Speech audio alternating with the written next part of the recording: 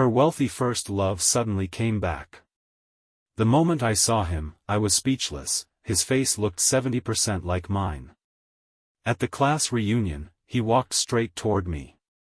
By the bathroom door, he asked me a question that left my heart in turmoil. "Tell me, when she lies next to you at night, is she thinking of you or of me?" I immediately lost my temper. Hitting someone is wrong, I know. But right then, Sophia Bennett appeared and hit me with a slap that cut straight to my soul. "Why don't you just leave already?" she shouted. Ha! She had no idea that I was already standing at the edge of life and death. That day, at the class reunion, Sophia Bennett's first love, or rather her ex now, returned, looking every bit the successful man. Everyone around started flattering him. He walked confidently up to Sophia Bennett and said, "It's been a long time." Her eyes immediately turned red. The whole scene felt like a cheesy romance movie. People around started playing along. For all these years, Daniel Wright only ever had eyes for Sophia Bennett. If back then she had chosen him, she'd be Madam Wright by now, enjoying a life of luxury instead of running some small business. It's not too late to divorce now, you know. I sat next to them like I was invisible, looking at Daniel Wright, my heart in utter chaos. He looked so much like me. Truth is, I'd always known, I was just a substitute. A shadow of someone she couldn't let go of. Back then, I genuinely believed I could spend my whole life making her fall in love with me. And what was the result? Forget it. No use talking, just tears. My chest ached terribly then. I just wanted to step outside for some air. But as I reached the restroom door, I ran into Daniel Wright again. He looked at me, his tone mocking. "Thanks for taking care of Sophia Bennett all these years in my place. Now that I'm back, you can step aside." I trembled with anger but forced myself to stay calm. "It's her choice," I replied. "For now, she's still legally my wife." Daniel Wright sneered. "You're that confident just because of this face? Tell me, when she holds you at night, is she thinking about you? Or me?" Who could stay calm after hearing that? I swung my fist at him. Then Sophia Bennett appeared, helping Daniel Wright up, and glared at me. "Ryan Carter, have you lost your mind? What gives you the right to hit someone?" The people around began blaming me. "Your husband's gone too far, Sophia Bennett. Jealous or not, he shouldn't be hitting people." "Exactly. Does he even know his place? Now that the real one's back, he should know when to step aside." Sophia Bennett looked at me with deep disappointment. "You've really let me down." At that moment, my chest hurt even more. My throat tightened. I almost couldn't hold it in. I forced myself to turn and leave. On the steps outside the hotel, I looked at the medical report in my hand. Late-stage stomach cancer. Those 4 words pierced my eyes like knives. 7 years ago, Sophia Bennett came to me, asking to live together to avoid her family's pressure to marry. At that time, I had already loved her for 3 years. Without hesitation, I agreed. 7 years of marriage, we treated each other like respectful strangers at first, but feelings gradually grew. I did everything I could to warm her cold heart. Watching the walls around her slowly fall. I even thought she had begun to love me back. Looking back now, I was just fooling myself. When I got home, I unknowingly fell asleep on the couch. When I woke up, I heard the door close. Sophia Bennett was back. It was 3 a.m. She saw I was awake and walked over to hold my hand. Still upset, I ignored her, pulled my hand back, and pushed the prepared divorce agreement in front of her. "Read this." She immediately became agitated. "Ryan Carter, what do you mean by this? There's nothing between me and him. We're just old classmates who happened to meet again. Don't be so unreasonable." The anger I had been suppressing for so long finally erupted. And you? Sophia Bennett, in these 7 years of marriage, have I been your husband or just a stand-in? When you kiss me, are you thinking of me, or of Daniel Wright? I never wanted to argue with her. But the pain in my stomach made me lose control and ask anyway. She fell silent. After a while, she stood up and walked to the door. Ryan Carter, are you really this childish? I watched her slam the door and leave, my heart in a mess. Yes, I'm about to die, and still, I'm this childish. Sophia Bennett disappeared for 2 whole days. No calls, no messages, she just vanished. I called her countless times, hoping to push her to come back and finalize the divorce. But she had her ways. The first 2 times, she hung up immediately. The last time, she turned off her phone and cut off all contact. I remembered that a few years ago, she had dragged me into her classmates' group chat, saying I should integrate more with her friends. I didn't expect that would come in handy now. I turned on my computer, logged into the long-unused account, and entered the group. Right away, I saw them posting photos. In the photos, Sophia Bennett and Daniel Wright were smiling brightly. She seemed to have had some alcohol. Her whole body soft as she leaned into Daniel Wright's arms. This green hat really fits me well. I calmly looked through every picture, then typed her name in the group chat. When are you coming home? Come sign the divorce papers. She replied quickly, not by coming home, but by kicking me out of the group. What's wrong with you again? Her phone still didn't go through. But then the doorbell rang. I held my aching stomach and got up to answer. It was my mother-in-law, arms full of bags. Mom? Why are you here? You brought so much. You must be exhausted. I rushed to help her with the bags. You said before your stomach wasn't well, so I specially found a good herbal doctor to prescribe some medicine for you. Make sure to drink it on time. This doctor is famous for treating stomach problems. Seeing my mother-in-law sweating and tired, I suddenly felt a deep sadness. She had traveled so far just to bring me medicine. But after hesitating for a long time, I finally decided to tell her the truth. Mom, I've been thinking about this for a long time. I'm planning to divorce Sophia Bennett. Just as I finished speaking, crash. The teacup in her hand shattered on the floor, hot water splashing everywhere. I hurried to help her, but she grabbed my hand tightly. Ryan Carter, did you two have a fight? If she did something wrong, just tell me, I'll set her straight. It's not you, Mom. It's between me and her. I cut her off, unwilling to expose Sophia Bennett's faults in front of her mother. Her mistakes, after all, her parents had always treated me like their own son. Her wrongdoings shouldn't be blamed on them. Just then, the door opened. Sophia Bennett walked in, with Daniel Wright behind her. When she saw her mother, she paused for a moment, then quickly returned to her cold expression. Daniel Wright, on the other hand, was calm and polite. He stepped forward and greeted her. Auntie, do you still remember me? I'm Daniel Wright. Before I went abroad, I had dinner with you. My mother-in-law's face immediately darkened. The atmosphere became unbearably awkward. Sophia Bennett was about to say something to smooth things over, but her mother pulled her back. Sophia, answer me. Are you divorcing Ryan because of him? Sophia Bennett's face turned pale. Mom, don't get involved in this. Not get involved? You think this is nothing? My mother-in-law was so angry she began trembling. You think he truly loves you? If he did, would he let you? She and her daughter continued shouting, voices rising louder and louder. Seeing her face grow more and more ashen, I quickly stepped in. Please stop, Mom.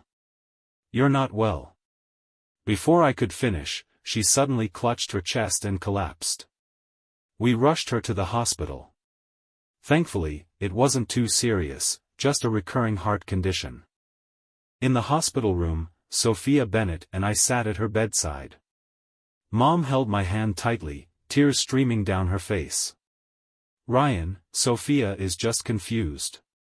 She's always been stubborn since she was little. Please, give her some time. She'll come to her senses. Looking at her aged face and eyes full of hope, my heart was a mess. She choked up as she continued, all these years, we've treated you like our own son. We only have you as our son-in-law. My health isn't what it used to be. If the two of you divorce. She couldn't go on. Her sobs turned wordless. I didn't see her begging, but I took a deep breath and nodded. Mom, don't worry. I'll think it over carefully. Hearing my reply, she finally let out a sigh of relief. Seeing her at ease only made my heart feel heavier. This marriage, whether we divorced or not, was becoming an impossible equation. In the corridor, I clutched my cramping stomach and said, let's find a time to go finalize the divorce. Sophia Bennett was stunned. So just now, you said that, only to reassure my parents? My stomach was getting worse, but I kept a calm expression. Let's not trouble the elders with our issues. I've already prepared the divorce agreement. It's been sent to you. I don't agree, she said with a frown. Ryan Carter, can you stop being so irrational? Daniel Wright and I are just classmates.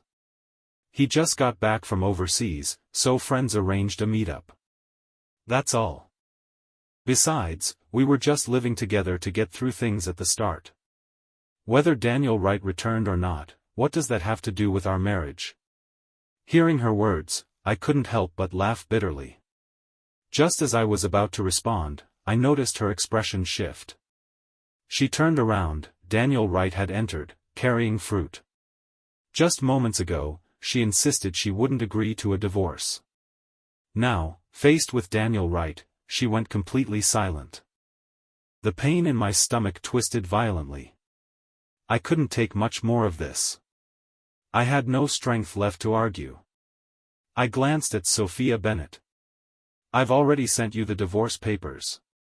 With that, I turned and walked away. This time, she didn't object. Standing next to Daniel Wright, she chose silence. 12 a.m. midnight. The office lights were off. Sophia Bennett, in the dark, rummaged through my desk. She was tearing everything apart, nearly overturning the drawers. I sat silently on the small couch in the corner, watching her. Recently, our company had been preparing for an extremely important bid. Daniel Wright, having just returned, was eager to establish his footing in the country, and he likely had his eye on this bid.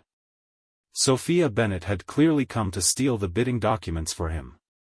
7 years of marriage, all feelings shattered in this moment. From the darkness, I held the file in my hand and said in a low voice. Is this what you're looking for? She screamed, her legs going weak from fear. I switched on the light and looked at her clearly. Her face showed panic. Her eyes were flustered. Ryan Carter. When she called my name, her voice lacked confidence. Moments later, Daniel Wright appeared at the office door. He must have seen the lights from downstairs. I looked at her quietly. If you hadn't tried to steal these documents, I was still planning to leave you some dignity. Sophia Bennett bit her lower lip. Daniel Wright just came back. This bid is very important for him. And it's not important for my company? She had no response. She knew better than anyone how crucial this bid was to us. Yet she still chose to help Daniel Wright. The atmosphere grew tense. Daniel Wright stepped forward and pulled her behind him. I told her to take them. So what?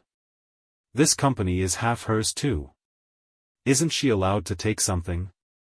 Under the white light, he looked at me, his laughter full of contempt. Ryan Carter, as long as I'm back in the country, this bid is mine. Sophia Bennett too, she knew he was provoking me, but I still threw a punch.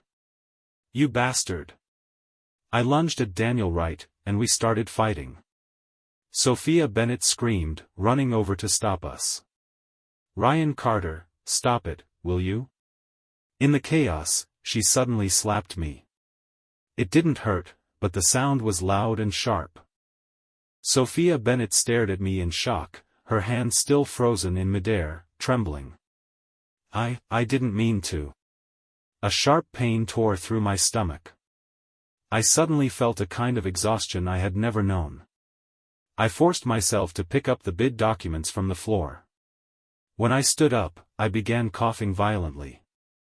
I covered my mouth with my hand, and saw blood. But Sophia Bennett didn't even notice how weak I looked. She kept trying to persuade me. "Ryan Carter, this bid is really important to Daniel Wright. I'm begging you, okay?" I didn't want to say anything more to her. I held the documents and slowly walked out of the office. "Sophia Bennett," I said, "I've given up on you, but not on this bid. Ethan Miller has been my assistant for 8 years. When I first started the company, he was my first employee. He's the only one who knows about my illness. When he saw the medical report, I didn't cry. But he got so drunk he threw up 3 times. He held me and cried for a long time. I handed him the bid documents. This bid depends on you. Don't let Sophia Bennett get her hands on any of it. I never expected her to be this kind of person. I should have seen it coming. She's always been this way." I took a sip of warm water. "Ethan Miller, I don't have much time left. I built this company from scratch. I can't hand it over to her. I'll start stripping her of authority from now on. After I'm gone, the company's in your hands." I patted his shoulder. Ethan Miller looked shocked. "You're not planning to sell the company?" "No. I'm going to die soon. That's a fact. But the company can't fall into Sophia Bennett's hands. It's my life's work. After I'm gone, protect it for me." I smiled, clutching my stomach against the stabbing pain. "You've been with me for 8 years, every step of this company's journey has your effort in it. I trust you. I know you'll win this bid. Daniel Wright just returned from overseas, he may have money, but he lacks the connections." I kept dragging myself to the office every day to tie up loose ends. I had even prepared the paperwork to transfer the company. "Once I'm gone, Ethan Miller will take full control. Sophia Bennett won't get a single cent." It felt like I was arranging my own affairs before death. I built this company with my own hands. Even if I die, I won't leave it to her. She wasn't willing to accept it. Less than a week later, she called me. "Ryan Carter, are you trying to kick me out of the company?" "Yes. I founded it before we got married. It's not part of the marital assets." On the other end, she took a deep breath. "I don't agree to this. As long as I'm still your wife, you won't get your divorce. Do what you want. I've already moved out. We'll live apart for 2 years, and it'll be an automatic divorce. I probably won't even live that long." Sophia Bennett refused to get divorced. But I didn't want to argue anymore. I moved out of the house. That house, I bought it before the marriage. Even the renovations, I paid for everything. Before I left, I decided to sell the house. After all, every corner of it held traces of me and Sophia Bennett. I didn't want her and Daniel Wright moving in after I was gone. While my body could still handle it, I called in a renovation crew.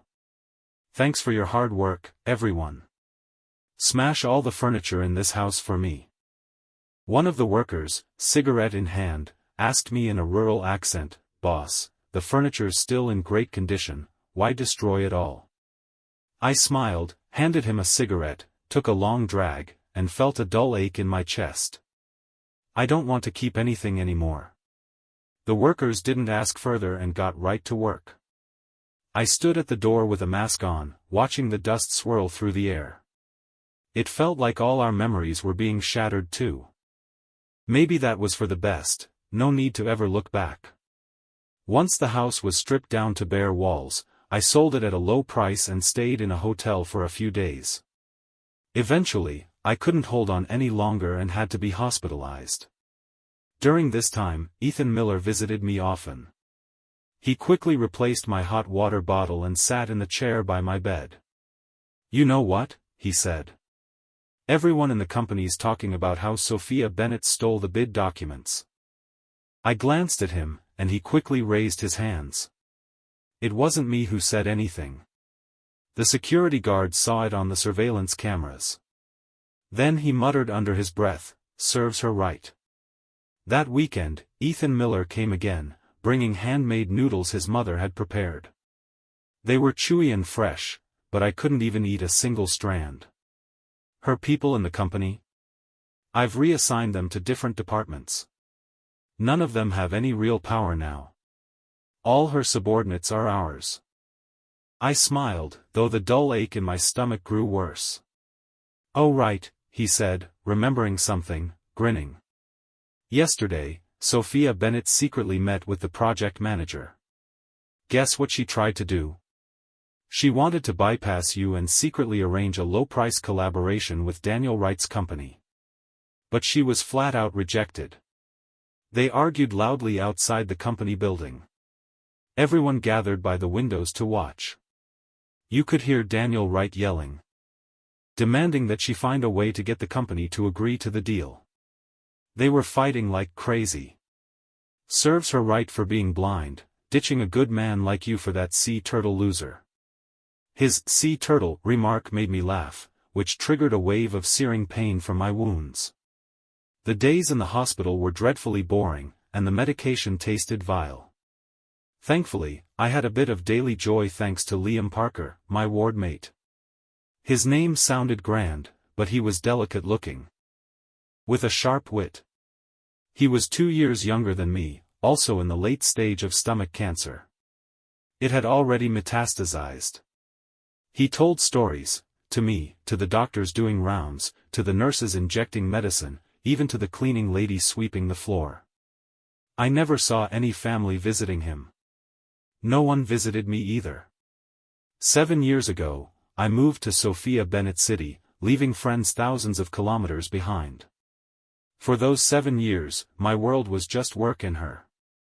I didn't make any new friends. "What are you thinking, Ryan?" Liam Parker interrupted my thoughts. He was lying on his back, the 4-stand beside his bed loaded with colorful bags of medication, targeted chemo drugs. After being forced by the nurse to swallow the pills, he frowned and called out to me. "Ryan, do you know why every horror movie house has a piano in it?" I shook my head. "Because there's a demon inside every piano."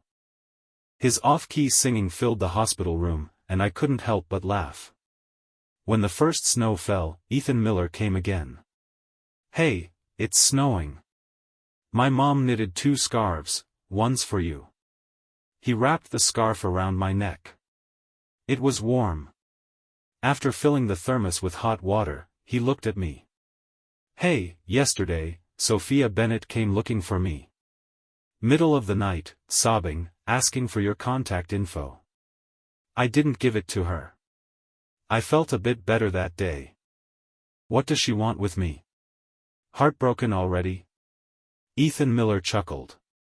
"She thought she loved Daniel Wright. But once they were actually together, she realized how incompatible they were. That guy's the most selfish kind of overseas returnee. Word is, they've been fighting for a while now." He poured more hot water for me. "She regrets it now. You don't know what you've got until it's gone. Last night, she came to my house crying, saying she's searched everywhere for you. Said she can't stop thinking about the days you were together."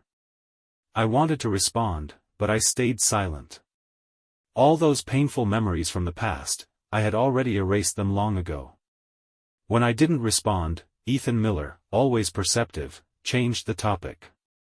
"Our company just secured 2 new projects, they're both progressing well.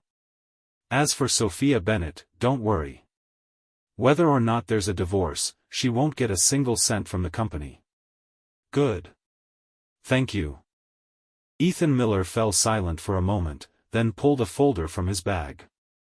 This is the charity project you asked me to prepare. But you're really not keeping anything for yourself? What if the illness turns out to be treatable? It's fine, I said calmly. I know my body better than anyone. I don't have much time left. I'll keep enough for treatment. The rest, I'd rather donate. Gives me peace of mind. Once the documents were signed, it felt like a heavy weight lifted from my chest. I donated almost all my assets, leaving only a small amount for medical expenses, to the Hope Fund. Better to give it away than leave it to Sophia Bennett. Half a month later, I received a call from her. Ryan, she hesitated, her voice laced with vulnerability. I've been looking for you. It took me a lot of effort to find your number. She hadn't changed. Every time she was unsure or had done something wrong, she'd speak like this, gently calling my name. My chest tightened slightly. I looked out the window, unwilling to answer. What do you want? How have you been lately? I looked up at the bag of medicine hanging on the stand. Pretty good.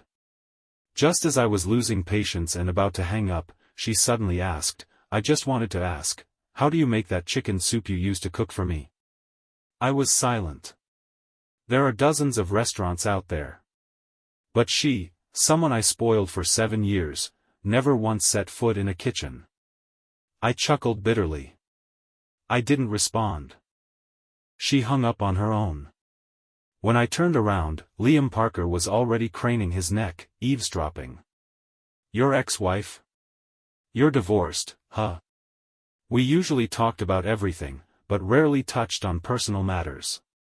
He rubbed his bald head, bald from chemo, and tried to comfort me. Well, at least you were married once. Look at me, about to meet the Reaper, and I haven't even stepped foot in the garden of love. A nurse came by, gently coaxing me to take my medicine. At that moment, Sophia Bennett sent me a friend request. I deliberately left it pending. A while later, she sent it again, persistent, just like she used to be. I accepted. She immediately sent me a photo. It was of a dusty journal with a yellowed cover. I found this among your old books. You probably left it in there by mistake. I forced down the bitter pills and typed slowly, do me a favor and burn it. Thanks. She took a long time to reply. Do you really have to be this cold to me? Ryan, we're not even divorced yet. Why are you being so heartless? Reading her message, I couldn't help but laugh. So I'm the heartless one now? I didn't reply. I tucked my phone under my pillow and closed my eyes. Ryan Carter, Liam Parker called out, sitting beside me. That medicine's bitter, huh? Come here. I got you candy from Nurse Emily. I unwrapped the candy and popped it into my mouth. The sweetness spread across my tongue, but my mouth still tasted bitter. That little sweetness couldn't wash away the bitterness in my heart. The phone kept vibrating under the pillow. Annoyed, I took it out. It was Sophia Bennett again. Sorry. I read your journal. The girl you wrote about, she seems a lot like me, but also not quite. I thought about it for a long time.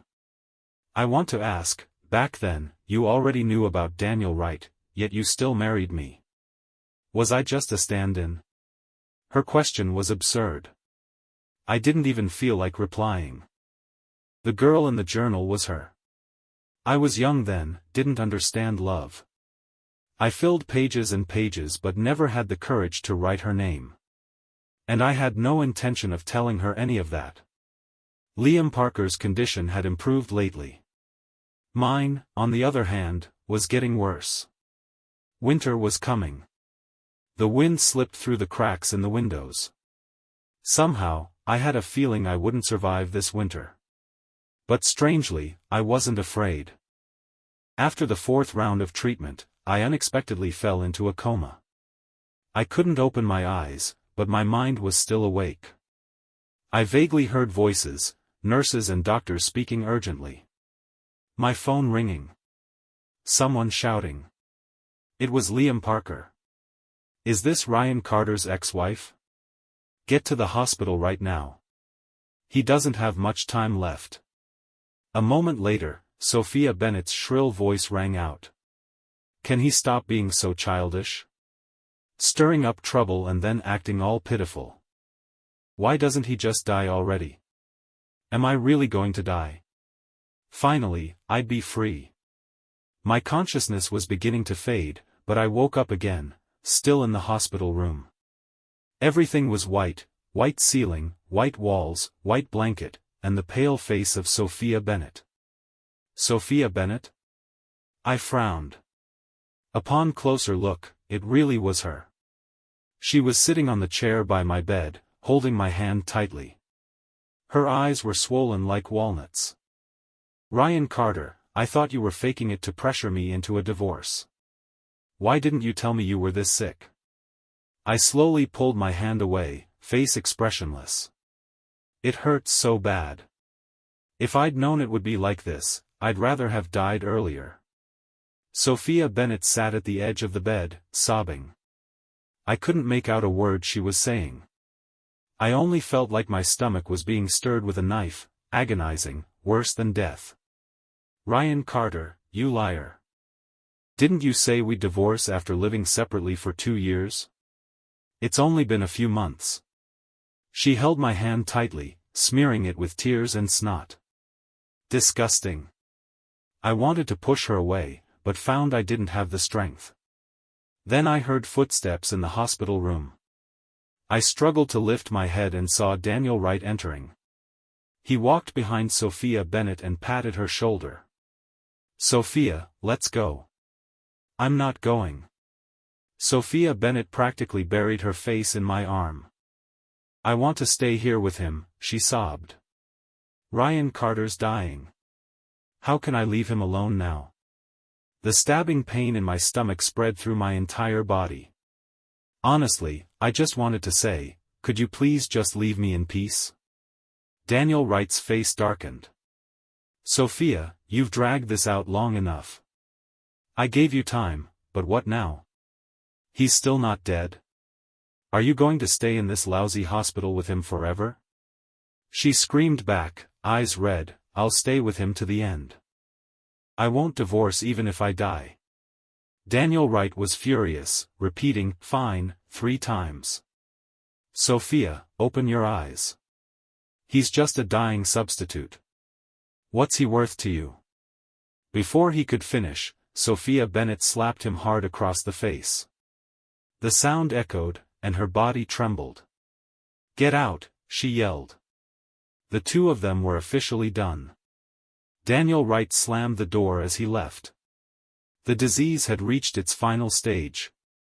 I felt like every organ inside me was in pain. I curled up in bed, oddly amused by this little drama. The Bennett family really does like to use their hands. Sophia Bennett came back, holding a thermal lunchbox, which she plopped down on my bedside table before quickly opening it. The whole room was instantly filled with the smell of chicken soup. Drink some, she said softly. I made it especially for you. I learned from my mom and tried cooking several chickens to get it right. This barely passable flavor she spoke of hit my nose and made me nauseous. She scooped a spoonful and brought it to my mouth. Just try a little. I really can't stand it anymore. The smell overwhelmed me. I immediately sat up at the edge of the bed and vomited. Unfortunately, some splashed onto her skirt. And Sophia Bennett, a well-known clean freak, didn't even flinch. She supported me, eyes red.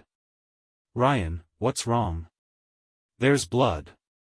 I weakly replied, and then heard her scream. Nurse! Nurse! Come quickly. He's vomiting blood.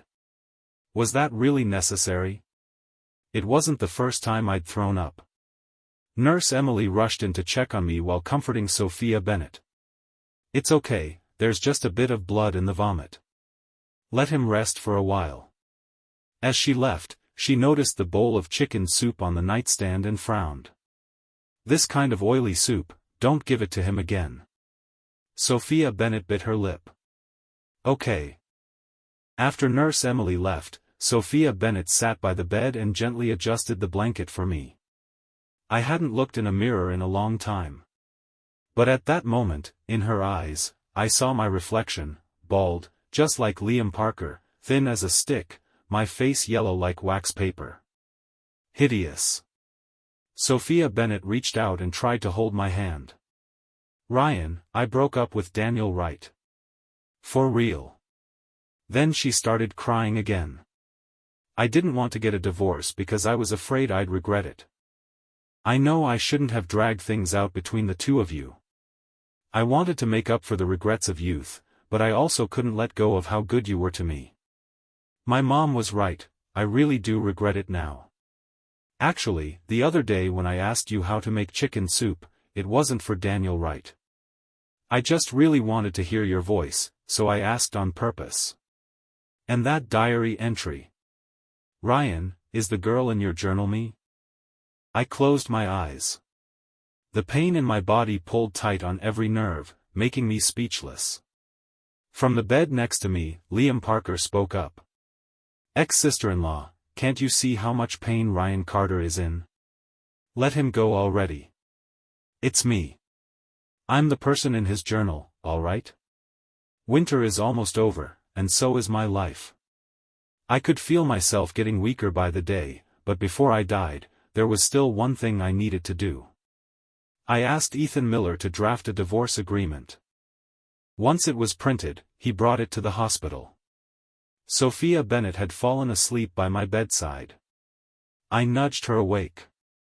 "Take a look at this. If there's no problem, sign it." I raised the bed and leaned back to sit upright. Sophia Bennett stared at the agreement for a while, then suddenly became agitated and tore it into pieces. "I won't agree to it, Ryan," she said, eyes red. "I told you, I won't divorce you, even if I die." I smiled, which pulled at my wounds and sent pain shooting through me. I clenched my teeth and glanced at Ethan Miller. He got the message and pulled another copy of the agreement from his folder. I had told him to print 30 copies. She can tear them all if she wants. Another copy was handed to her. She tore it again. Then another. But her strength was fading. After ripping 8 of them, she sat among the shredded paper on the bed and suddenly burst into tears. "Ryan Carter, you're already like this. Do you still insist on divorcing me?" "Yes." The pain made each word an effort. "Even if I weren't dying, I'd still want a divorce." "Why?" "Because for me, the foundation of marriage is love. But I don't love you anymore. This marriage was full of betrayal and ugliness. It disgusts me." Sophia Bennett looked at me, eyes reddened, the light slowly fading from them. She covered her face and broke down crying, her sobs echoing through the hospital room and lingering for a long time. I don't know how much time passed before she stopped crying. Then she called my name in a trembling voice. "Ryan Carter. I'll grant your wish." Then, her hand shaking, she picked up the pen and signed the agreement. She struggled to even hold the pen properly.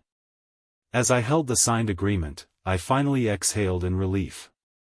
Now I could go in peace, no longer burdened by that filthy marriage. At 8 a.m. Liam Parker was rushed into the emergency room. The night before, he had still been energetically telling me jokes. He wore oversized patient clothes and said, "One day, the chick said to the duckling, I'm going to chase you. If I catch you, you have to hold a memorial for me." It wasn't even funny, but he always laughed at his own jokes halfway through.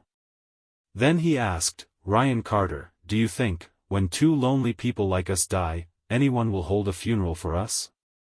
And yet, after just one night, I woke up to find him unconscious. When the nurse came to take Liam Parker away, I grabbed Nurse Emily's hand. "Nurse Emily, I'll pay anything. Please, tell the doctors, they have to save him. She patted my hand, her voice choked with emotion. I understand. Then she turned and left with the others. I looked at Liam Parker's now empty bed, my heart in chaos. I waited a long time. A very long time. I didn't eat. I didn't drink. Sophia Bennett stood beside me, crying out of worry. Ryan Carter, can you drink a little water? I pushed her away.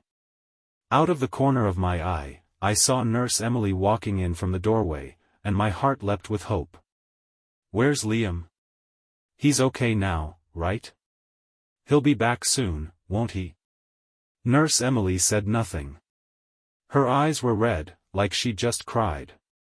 I already understood the silent look in her eyes, but I still couldn't bring myself to believe it. Say something, Liam Parker's just playing a prank, right? Hiding outside the door, waiting to see me panic. Liam Parker was gone. In that moment, all strength drained from my body. I should have cried, but I laughed instead. That brat. He said no one would hold a funeral for us. That we had to live well. But in the end, he left first. With Liam Parker gone, I felt like half my life had disappeared. After years of drifting in this city, I was nothing more than a hollow shell. My parents had passed long ago. My friends lived thousands of miles away. Even the person who once said she loved me had vanished into the crowd. During my darkest days, it was Liam Parker, my sworn brother, who stayed by my side, gritting his teeth with me through it all. Two wretched souls with no one to care for us, only able to lean on each other. When sickness came crashing in, we bore it together. When things got a bit better, we shared laughs. We were hospital buddies, but more than that, brothers. Chemotherapy was brutally painful. The medicine so bitter it made us want to throw up. The hospital at night was so lonely it felt terrifying. Without Liam Parker, I don't think I could have made it. Now I was the only one left. Liam Parker hadn't left anything valuable behind, just a few hidden snacks and some old clothes. I bought him a burial plot, but with my condition, even visiting his grave was difficult, let alone organizing a proper funeral. He had a diary. I secretly flipped through it. His handwriting was awful, chicken scratch, crammed into every page. It hurts. Tell yourself a joke. Why doesn't Auntie sweat? Because she's afraid of leaving behind a scent. Great. Still haven't told the girl I liked that I liked her. You lied to me. Didn't you say bitter medicine becomes sweet if you tell a joke and laugh? I told 8 jokes. The medicine was still bitter as hell. There was a new guy who came in. 2 years older than me. Same damn illness. But really, who doesn't have it now? I was almost out of jokes to tell. Guess I'm about to go too. If I go first, Ryan Carter will definitely sneak a look at this diary. Here's a secret, Nurse Emily's candy is in the 3rd drawer from the left. You'll have to get it yourself later. This diary made me cry like a child. After washing my face, when Nurse Emily came to give me my shot, I told her, let me tell you a joke. But before I could say a word, she started crying. 3 days after Liam Parker passed, a new patient arrived in the ward, a woman in her 50s with cancer. Sophia Bennett, afraid I'd spiral, started sticking to me, not leaving my side for a second. But my condition was worsening. I hadn't gotten any proper sleep. I finally managed to sleep until evening. When I woke up, Sophia Bennett was asleep by the bed, her hair messy, dark circles under her eyes. I looked at her and said, "Do you still have my diary? I want to see it." Startled, she jerked awake. "Yes. I'll go get it now." "Thanks," I replied, expressionless. She turned and ran off, almost tripping. Less than 30 minutes later, she came back, out of breath, clutching the diary. "Here, it's your diary." I took it, asked the nurse to help me into the wheelchair. It was an electric one, I could drive it myself. Sophia Bennett didn't know what I was doing, so she hurried after me. We exited the hallway, took the elevator, and went out to the open lot behind the hospital. I placed the diary on the ground, pulled out a lighter, and lit it. The flame devoured the pages instantly. Sophia Bennett froze, then screamed as she lunged forward to snatch the diary. No! She reached for it, but the flame scorched her hand, making her flinch in pain. Please, don't, she tried to take off her coat to smother the fire, but I stopped her. Sophia Bennett, this is my diary. I spoke weakly. But, it's the diary you wrote for me, she choked out. It's the only thing you're leaving me. I know you haven't forgiven me, but Ryan Carter, can't you at least leave me some memory? I looked at her coldly, waiting for the diary to burn into ashes. As it went up in flames, taking all of my youth with it, I felt an odd sense of relief. Smiling faintly, I corrected her, that diary wasn't written for you. It was written for the Sophia Bennett of the past. And just like that, the old, worn diary turned into ashes before my eyes. I brushed past her, struggling to steer my electric wheelchair back toward the hospital. To be able to cut off the past at the end of my life, what a blessing. To leave with a clean slate, I was truly happy. Behind me, Sophia Bennett's sobs echoed, but I never made it back to my hospital room. As I reached the lobby, my vision suddenly darkened and I collapsed from the wheelchair. Screams rang in my ears, louder than any of Liam Parker's jokes. Why does it still hurt this much, even at the brink of death? It hurts so bad. Maybe I should tell a joke to someone.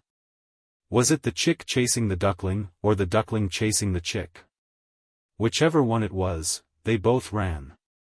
It's cold. My vision is going dark. But I think I see my parents, after so many years. Their hair wasn't gray, their backs weren't hunched, just like the day they passed. Mom, I can't take it anymore. I'm coming to be with you and Dad. Sophia Bennett's epilogue.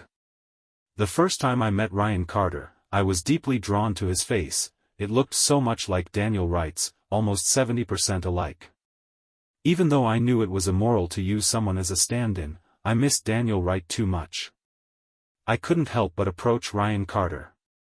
Later, when Daniel Wright publicly revealed his relationship and claimed he was being pressured by his family, I asked Ryan Carter to marry me, never expecting him to agree so readily, without hesitation.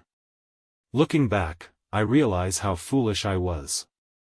And so, Ryan Carter and I registered our marriage and began 7 years of married life.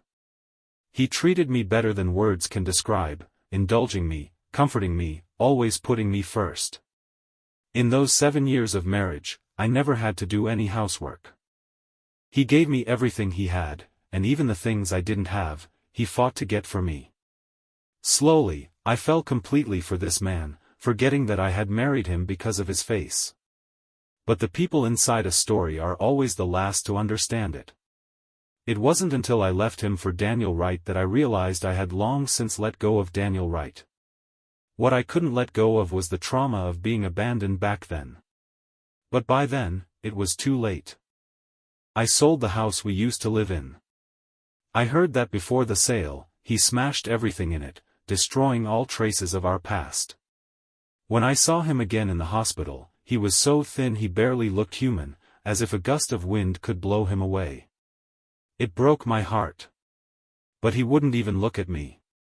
He prepared 30 copies of the divorce papers, just for me to sign. He said, even if I die, I have to get this divorce. When I heard that, I wanted to slap myself to death. After that, I kept trying to console myself, at least he once loved me. That thick, clumsy diary was the proof of his love for me. But he burned it with his own hands. Even in that fragile state, when walking a single step was hard, he still forced himself to burn the diary. In the firelight, I finally saw clearly the way he looked at me, cold, and full of genuine disgust. After burning the diary, he left in the wheelchair, struggling, and never came back. Maybe death truly was a release for him. But before dying, the only thing he wanted to do was destroy the record of his love. I think my heart died with those flames. After Ryan Carter passed away, I drifted through every day in a daze. But what I never expected was for Daniel Wright to come back and bother me. Arrogant and delusional, he returned to the country full of confidence, rushed into investments, and ended up with failure after failure. His company was on the brink of bankruptcy, and he came crawling to me, red-eyed, begging me for help. Looking at the face that had once held a place in my heart for so many years, all I felt was disgust. If it hadn't been for him, maybe Ryan Carter and I could have been truly happy. He asked me to embezzle company funds to help him through his crisis. I coldly refused. But he didn't believe me. He kept insisting that Ryan Carter had left all his assets to me. He must have gone mad.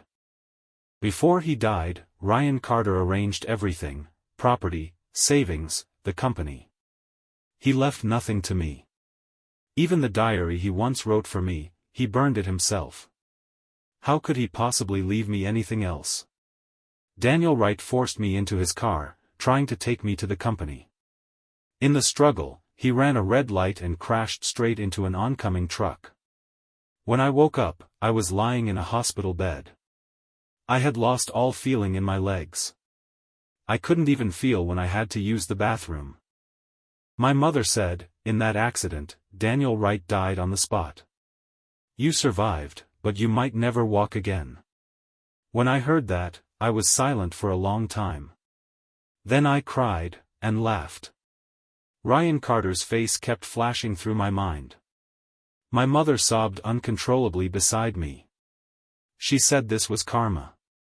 I curled my lips into a smile, but couldn't manage to laugh.